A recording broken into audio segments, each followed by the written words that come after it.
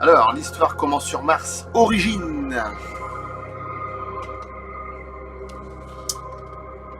Réédition améliorée.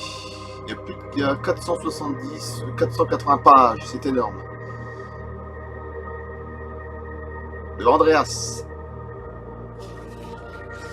Alors, une civilisation débute par le mythe et finit par le doute. C'est une citation de Émile Michel Sioran. Alors, je vais commencer par, comme il va y avoir au moins 20 vidéos, facile. Je vais commencer par les fossiles marins.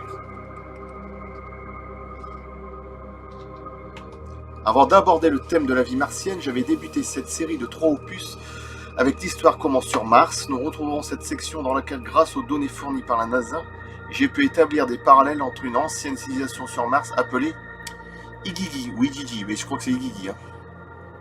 Les veilleurs Anunnaki, décrits par l'assyriologue Zecharia Sitchin, et nos origines. L'histoire commence sur Mars aborde également le thème du déluge. La question de l'eau amène inévitablement à se poser celle d'une vie passée sur Mars. Dans cet esprit, nous y retrouverons ce qui semble être une ammonite en sol 551. Dans ces conditions, serait-il possible de trouver d'autres sortes de fossiles marins? On est sur Mars, d'accord. Comme on le verra par la suite, il semble y avoir un rapport avec une éventuelle vie sur Mars. La théorie des Igigi, les Anunnaki basés sur Mars et la vie sur Terre. Pour l'évoquer, nous devons nécessairement nous tourner vers la science. Aussi, nous délaisserons momentanément les assyriologues, tout en gardant à l'esprit avec cette traduction de Zecharia Sitchin dans son ouvrage Guerre des dieux, guerre des hommes. Dans son livre, dans la page 165, quand les hauteurs du ciel sur Terre, Anu eut décidé de la descente des Anunnaki, les grains n'avaient pas encore été apportés, n'avaient pas encore végété, nul Aniel, l'agneau, n'avait pas été apporté.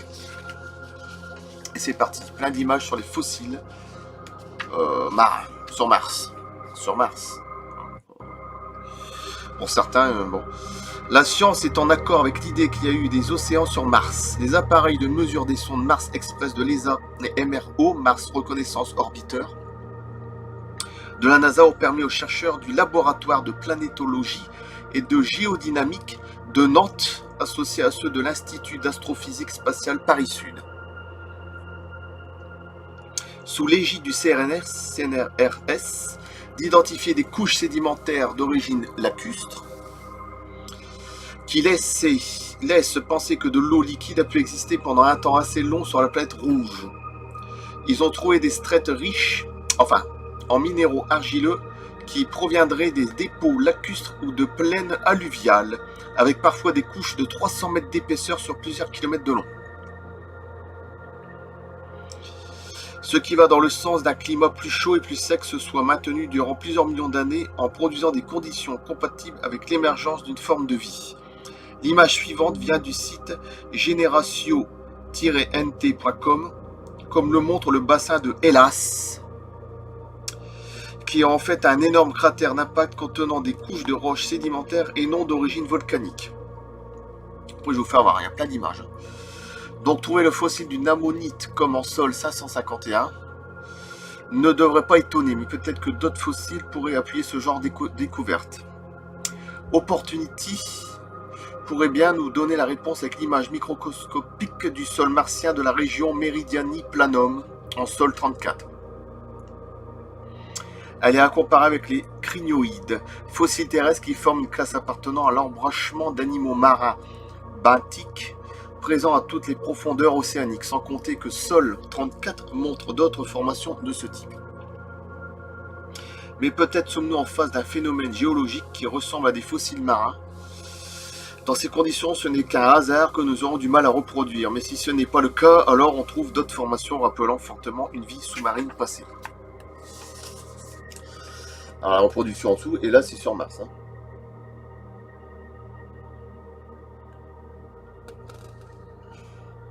Là c'est la zone. Hélas. Enfin, le nom donné quoi.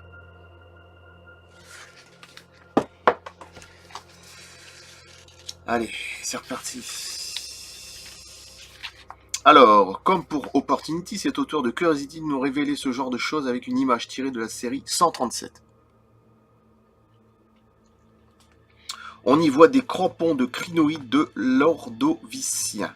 Sur Terre, l'Ordovicien constitue la seconde période de l'ère paléozoïque, une période de vie ancienne qui a duré près de 50 millions d'années, soit de moins 488 à moins 443 millions d'années.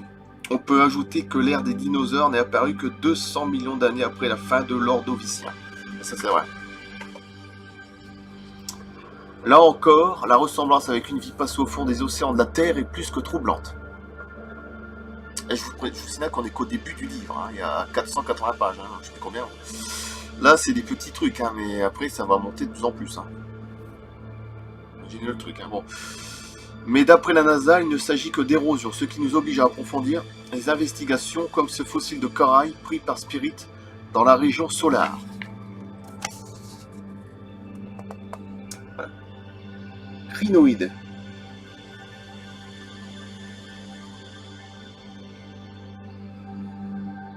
Crampon de crinoïde.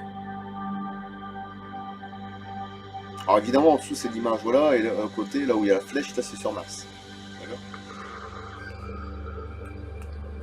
Région Solar, fossile de corail.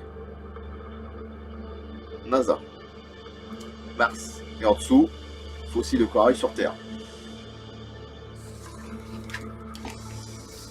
C'est que le début. Hein. Ou encore ces autres coraux avec Opportunity en sol 3247 mis en comparaison avec des fossiles de coraux primitifs appelés Nemiana simplex. Avec des fossiles de coraux primitifs, voilà, datant de la première ère géologique de l'histoire de la Terre, appelé le Précambrien, et s'étalant de 4 milliards 500 millions d'années à 540 millions d'années. Ces créatures marines avaient un corps en forme de sac sans tentacules, ce qui semble être le cas concernant l'érosion en sol 3247. Je vais le faire juste après. Alors Mars a-t-il connu la vie primitive marine ou bien cela n'est-il dû, comme le pensent certains, à une vue de l'esprit? Dans tous les cas, les rovers sont prolifiques, en cliché de mimétisme de vie terrestre de type terrestre. Curiosity Sol 1081 révèle ce qui semble être un coquillage parmi peut-être un ancien sol marin. Ah oui, là déjà. D'autre part, on trouve aussi des clichés de fossiles ressemblant à des animaux plus évolués. Vous allez voir encore après, c'est encore pire. Comme celui-ci, puis qui, une fois grandi avec plus de contraste, relève ce poisson préhistorique incrusté dans une roche de la série Sol 173.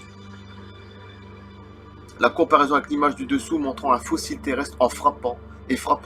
Bien que troublante, ces trouvailles n'intéressent pas la NASA, évidemment, qui Rampelon recherche des preuves de vie microbienne sur Mars. Oui, bah, de toute façon, NASA nazi, hein, faut pas oublier. Hein. Ceux qui ne savent pas. Voilà. Au-dessus Mars, c'est toujours en dessous corail primitif, ça c'est sur Terre. Là voilà, coquillage sur Mars.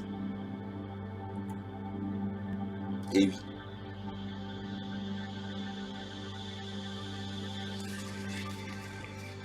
C'est pas fini. Un autre poisson en sol 1311, fossile de poisson préhistorique. Et après à côté, là c'est plus hallucinant. Tout comme pour le sol 1583 de Curiosity, on pourrait reconnaître ce qui de chez nous s'apparente à des crustacés décapodes. Un Bernard l'ermite dont on perçoit la coquille et les yeux. Comme ça, vous savez. Regardez.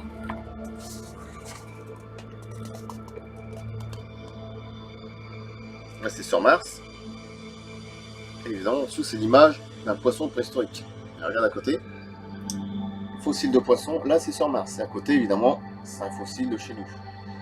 La Terre. Et regardez déjà le truc ici. Une sorte de Bernard l'ermite. Avec des pattes et tout, hein. Comme de coquillage.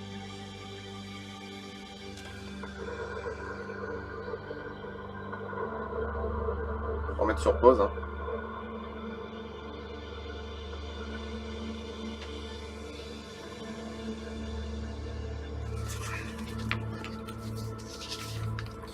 Toutes ces formes employant une vie marine sont plus que troublantes, même si en apparence toutes ces coïncidences entre roches érodées et fossiles sont reléguées au rang d'illusions d'optique par la NASA. Oui, cela ne nous décourage pas et on en vient à se demander s'il n'en serait pas de même concernant une éventuelle vie terrestre, dans ce cas martienne. C'est ce que nous allons chercher à savoir dans le chapitre suivant. Alors après c'est fossiles terrestres, et là je vous dis pas des trucs, fossiles terrestres, des troncs d'arbres fossilisés sur Mars. Ok? Ça sera la prochaine fois. Voilà. L'histoire commence sur Mars, origine.